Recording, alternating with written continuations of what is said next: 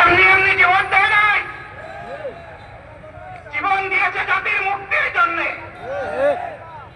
যদি বাস্তবতা পুরানা সবকিছুই টিকে থাকে, তাহলে কেন তারা জীবন দিয়েছিল?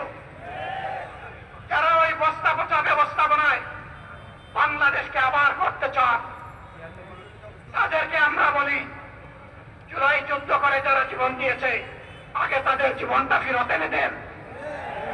যদি সত্যি তাকে ফেরত এনে দেন, আপনারা পারবেন না। যেহেতু পারবেন না, কাজেই নতুন ব্যবস্থায় নতুন বাংলাদেশ গড়ে তোলা হবে ইনশাআল্লাহ। শিশু, কিশোর, যুবক, মা, বোন, শ্রমিক, ছাত্র, জনতা, ব্যবসায়ী, সবাইকে যেই দেশ, যেই সংবিধান, যেই রাষ্ট্র নিরাপত্তা দিতে পারবে, সেই নতুন বাংলাদেশ আমরা গড়ে তুলতে চাই।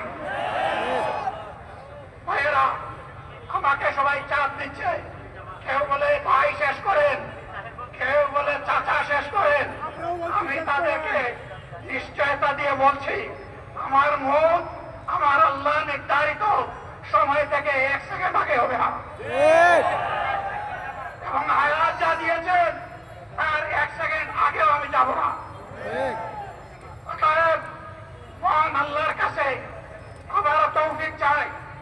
আপনাদের কাছে যে কষ্ট হয়েছে, আপনারা, আমি তো এখানে শান্তিতে বসাচ্ছিলাম, আর চতুর্দিকে শুধু দৃষ্টি বুলাচ্ছিলাম। কি কষ্ট হচ্ছে আমার ভাইদের।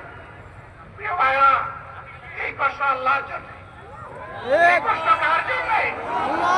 ইনশাআল্লাহ আল্লাহ তাআলা আপনাদেরকে তার উপযুক্ত যা দুনিয়া দিবেন, আখিরাতে দিবেন। আপনাদের এই ত্যাগের বিনিময়ে নতুন বাংলাদেশ আমরা পেয়ে যাব। আসুন সেই নতুন বাংলাদেশের জন্য একবার স্লোগান দিয়ে শেষ করি।